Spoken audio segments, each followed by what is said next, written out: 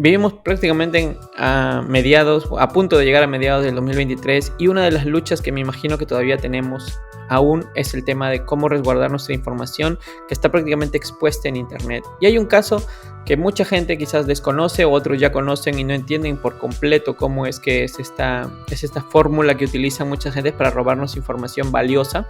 Es el tema del phishing. Cuéntanos un poco cómo es que se mueve esto en internet y de qué debemos cuidarnos. Creo que sí, con mucho gusto. Bueno, para comenzar, recordemos un poco de lo que es el phishing.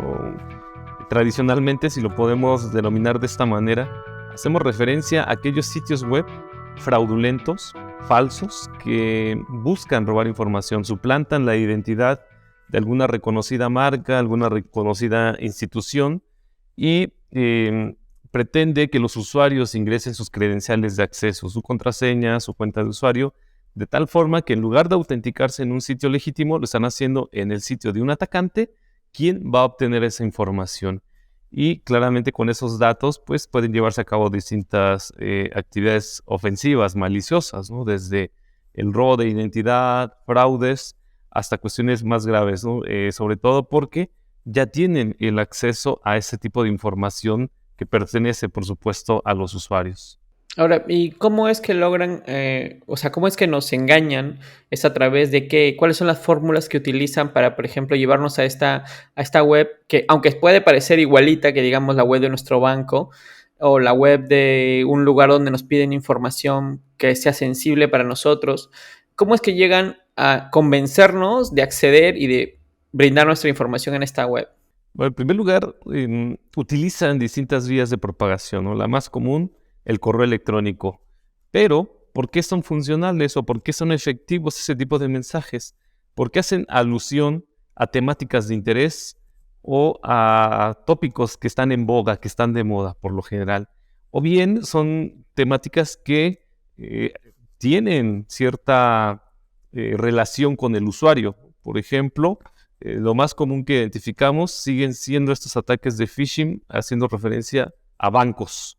Y los mensajes utilizan contenido, por ejemplo, de que nos han bloqueado la cuenta de acceso, de que, por ejemplo, nos han hecho una transferencia o se ha hecho una transacción, nos están haciendo un cargo, cosas de ese estilo que si el usuario emplea ese tipo de servicios, bueno, la probabilidad aumenta, ¿no?, de que caiga en el engaño.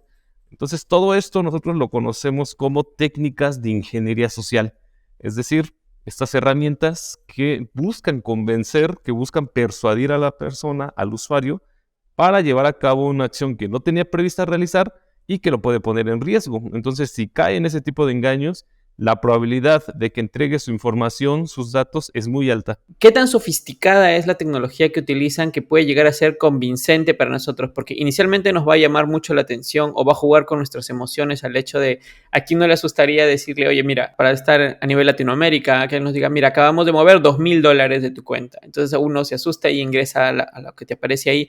Pero ¿cómo aprendemos a detectar que esa página a la que nos están dirigiendo es una página real o es una página fake? Es algo que ellos han elaborado porque hacen prácticamente una copia igual de la página del banco en mención. Hay varios indicios que nos pueden determinar que se trata de un sitio fraudulento, pero como bien lo planteabas, nos llega el mensaje con un enlace, con una temática que puede llamar nuestra atención, que puede ser hasta amarillista, ¿no?, algo realmente llamativo. Y una vez que ingresa el usuario esos enlaces, bueno, en primer lugar, la recomendación es que no acceda a ese tipo de enlaces porque son de remitentes desconocidos. Pero bueno, en caso de que acceda, hay varios indicios. Uno de ellos, por ejemplo, es que incluso desde los mismos correos electrónicos o los mensajes que llegan, porque la verdad es que hoy utilizan distintas vías de propagación, ya no solo el correo electrónico, sino cualquier vía que permita la comunicación, suelen tener faltas de ortografía o errores gramaticales en el contenido. Entonces, si empezamos a identificar esos pequeños detalles, podemos ya tener indicios de que se trata de un engaño.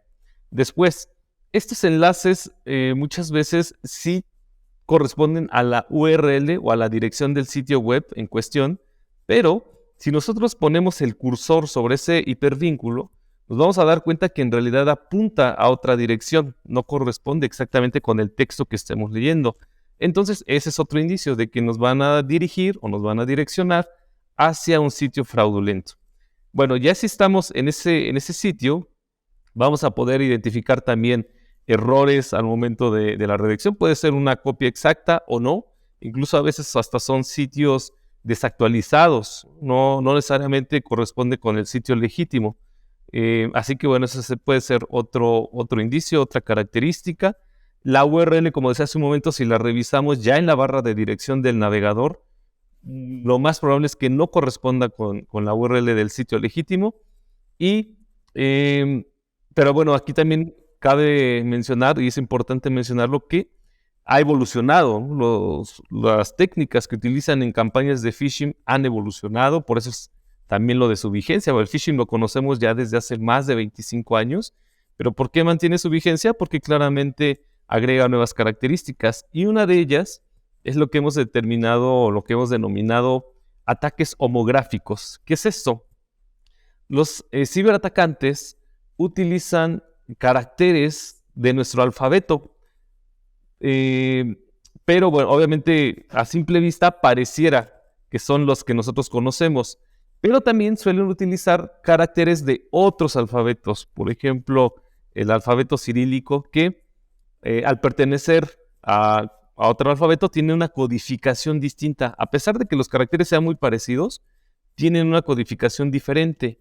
Entonces, mientras que a simple vista parece que estamos accediendo al sitio legítimo, al dar clic en realidad estamos accediendo a un sitio del atacante. Entonces, también hay que tener cuidado con eso. ¿Cómo podemos validar entonces que estamos accediendo a un sitio legítimo? Es muy sencillo. Hay que dar clic en el certificado que aparece, bueno, el candadito que aparece en la barra de dirección. Después darle clic en la opción de ver certificado, y hay un parámetro que se llama nombre común. Si ese parámetro nombre común corresponde su valor con el de la barra de dirección, entonces estamos accediendo a un sitio legítimo. Eso para un usuario que quizás es medianamente avanzado, pero una persona que no tiene quizás eso como en mente constantemente, y sobre todo, como mencioné, el tema de la emoción, de la desesperación que puede causar en una persona que le digan acaban de sacar $2,000 de tu cuenta. Desde SET, ¿cómo trabajan este formato para hacer más sencillo o proteger, como crear capas de seguridad para el usuario común? Ahora las tecnologías de protección, puedo hablar específicamente de las de SET, ¿no? Normalmente hablamos de las soluciones antivirus, anti-malware. Ya cuentan con módulos específicos para detener ciertas amenazas, y en este caso, las de SET y de otras marcas emplean lo que se conoce como los módulos anti-phishing. Estos trabajan a través de listas blancas y listas negras. Entonces, cuando un sitio ya ha sido reportado como fraudulento o sitio de phishing, automáticamente las tecnologías los bloquean e impiden que el usuario pueda interactuar con dicha página. Entonces, de esta manera, ya estamos previniendo que el usuario entregue sus credenciales al dar clic a los enlaces. Y bueno, eso ya es Recibe de como una manera advertencia, automática. digamos, ¿no? Recibe como una advertencia que llega al lugar al que tú estás intentando ingresar, tiene malware o es inseguro, ¿no?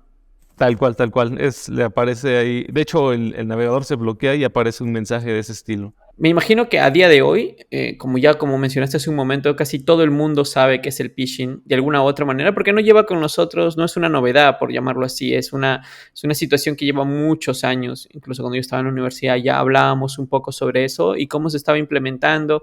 Y aunque tiene diferentes maneras de presentarlo, la idea en concreto sigue siendo la misma, la función en concreto sigue siendo la misma por detrás. Si hoy día habláramos de alguna avance que a nivel de intentar robar información, ¿con qué nos enfrentaríamos a día de hoy? ¿O qué crees que es la amenaza que no estamos tomando en cuenta en cuanto a ciberseguridad? Bueno, la realidad es que hay múltiples amenazas que se han desarrollado a lo largo de los años, pero vale la pena hacer esta acotación. Hace poco navegábamos en la dark web, ¿sabes? Estos sitios en donde solamente se puede acceder a través de ciertas aplicaciones y que tiene una reputación un tanto dañada, aunque no necesariamente es para fines maliciosos, pero bueno, en sitios de esta naturaleza encontrábamos que se comercializan todos los datos que se roban, o la mayoría de los datos que se roban son comercializados acá.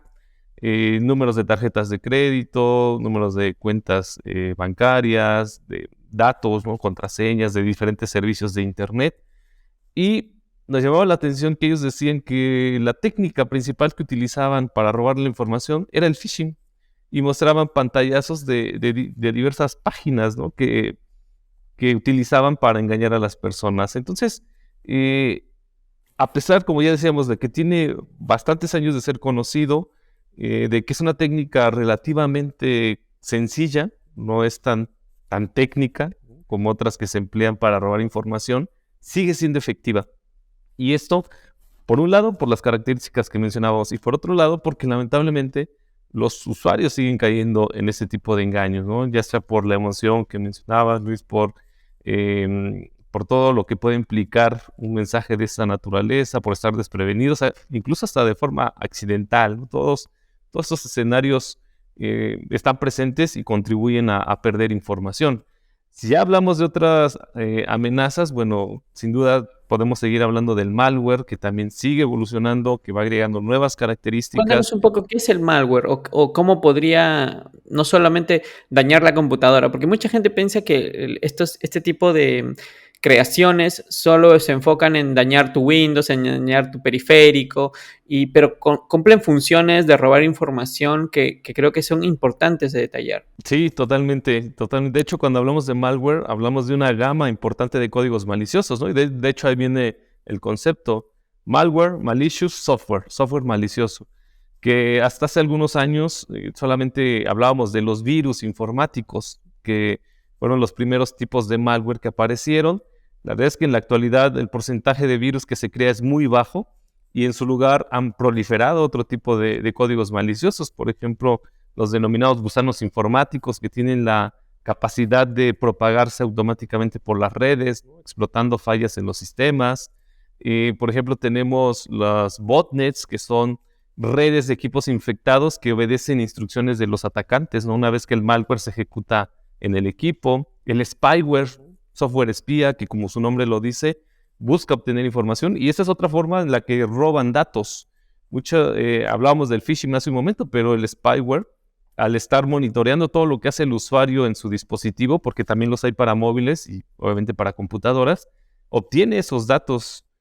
O los keyloggers, que básicamente es un programa que captura todo lo que estamos tecleando en nuestra máquina. Cuando accedemos a un sitio como una red social, nos autenticamos, pues obviamente van a robar nuestra información, ¿no? Entonces, por eso hablamos de una seguridad integral, porque además de que nos protegen de phishing, hay soluciones que nos protegen de todos los tipos de malware que existen y claramente esto evita que podamos perder información, ya sea por el robo o incluso por otros malware, ¿no? Como el ransomware, que ya también es muy conocido, secuestra nuestros archivos y pide un rescate por la información que ha sido alterada. Entonces, sí, esto nos habla de la diversidad de los códigos maliciosos en la actualidad. Durante pandemia el Estado entregó bonos, ya entregó muchos bonos. Aquí me imagino que allá también, no tengo muy al tanto cómo ha sido, pero hubo aquí mucha gente que creó páginas donde decía, oye, deja aquí tu correo, un número, y con eso vas a recibir un correo el día que haya un bono especial para ti. Entonces la gente habilitaba un número telefónico y habilitaba un correo electrónico.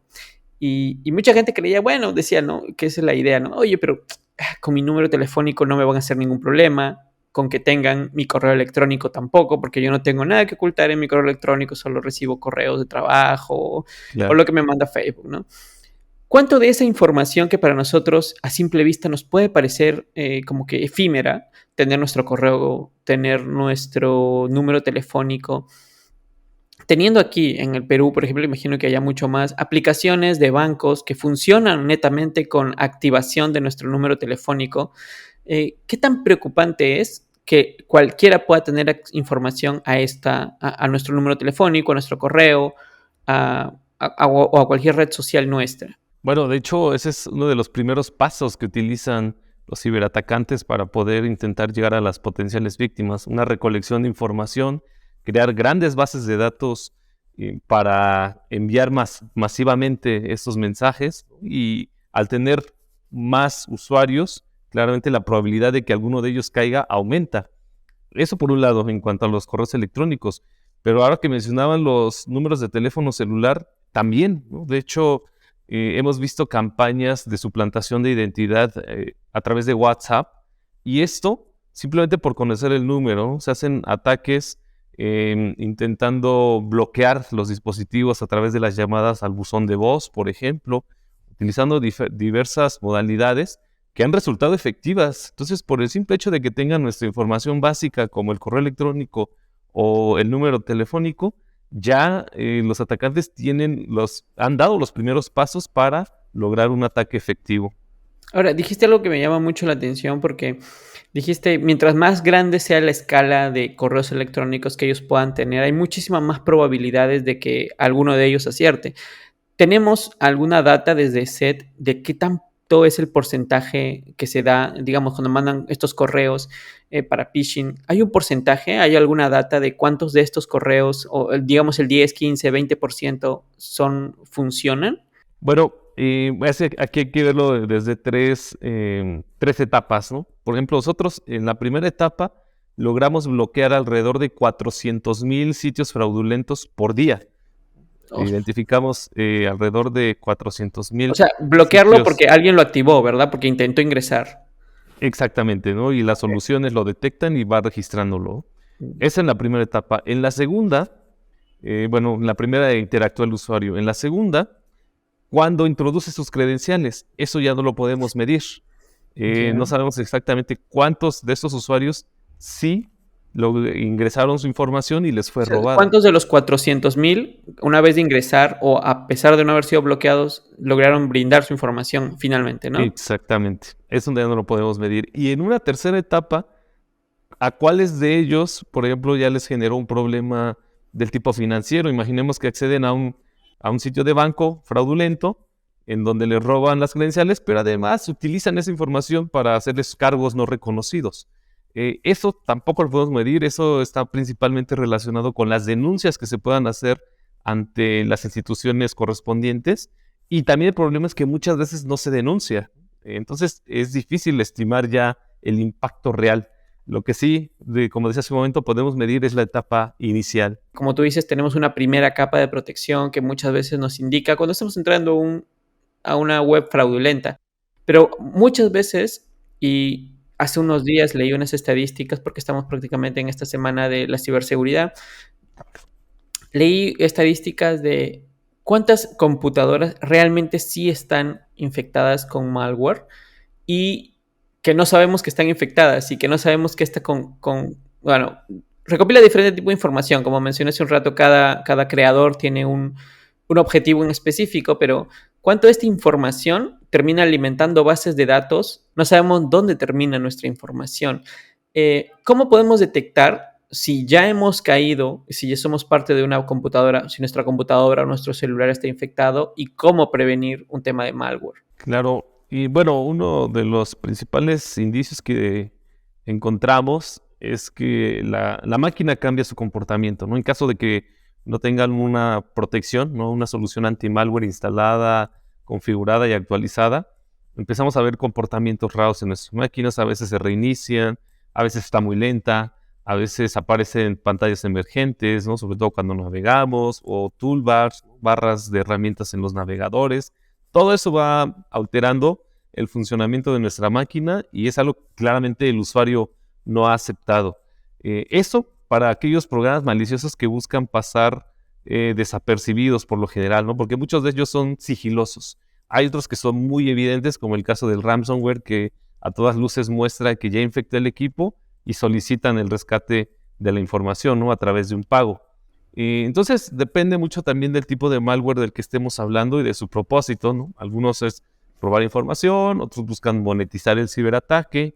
En fin, dependiendo de estas características, vamos a tener que analizar y estudiar lo que está sucediendo en nuestra computadora, pero lo más importante es que contemos con soluciones instaladas en nuestros dispositivos, ya que ese es su trabajo principal, ¿no?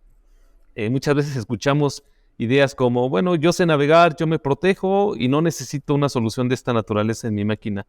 Es probable, ¿no? Hay personas que tienen muchos conocimientos y que pueden identificar los engaños, pero dada la cantidad de códigos maliciosos que se generan hoy en día, nosotros creemos que es una necesidad.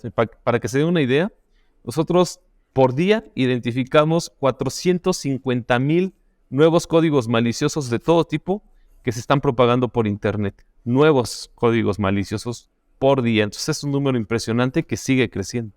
Y eso que ustedes se dedican a eso al 100%, ¿no? Imagínense a alguien que tiene que dividir entre su trabajo y su vida cotidiana, intentar evaluarlo al mismo ritmo. Ahora, pero, Exactamente.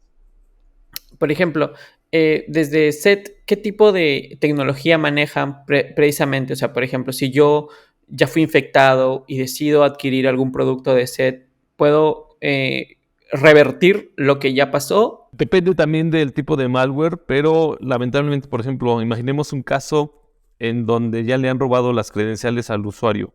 Bueno, se puede identificar el malware si es un keylogger, un spyware, se elimina de la máquina, se remueve completamente, pero la información ya fue robada.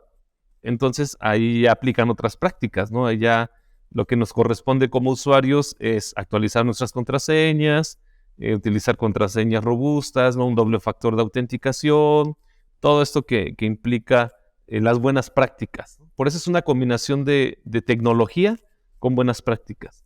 Otro escenario, imaginemos que un ransomware ya secuestró nuestra información. Bueno, al ejecutar de forma posterior una solución anti-malware, va a eliminar y va a identificar el ransomware, pero la información ya fue alterada, ya fue secuestrada.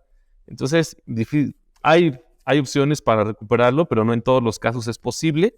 Entonces, bueno, aquí entran y aplican otras buenas prácticas, como contar con nuestros respaldos de información, actualizar nuestro software. Entonces, es una combinación de buenas prácticas con uso de tecnologías de seguridad. Quiero empezar a soltarte preguntas para que tipo que me respondas sí o no, porque son dudas que muchas veces, y he escuchado a muchas personas tener esto, para ver si son buenas o malas prácticas de seguridad.